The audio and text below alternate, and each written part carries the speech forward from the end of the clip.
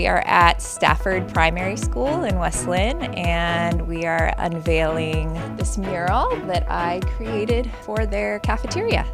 It is a representation of the kids put together words that were meaningful to them that represented their school. And I took those words and I created this image, which is the jungle of education, and just shows how it's always growing and emerging. Curiosity, the tigers represent strength, and there's a lot of hidden pieces that represent a primary school, but also some specific things to Stafford.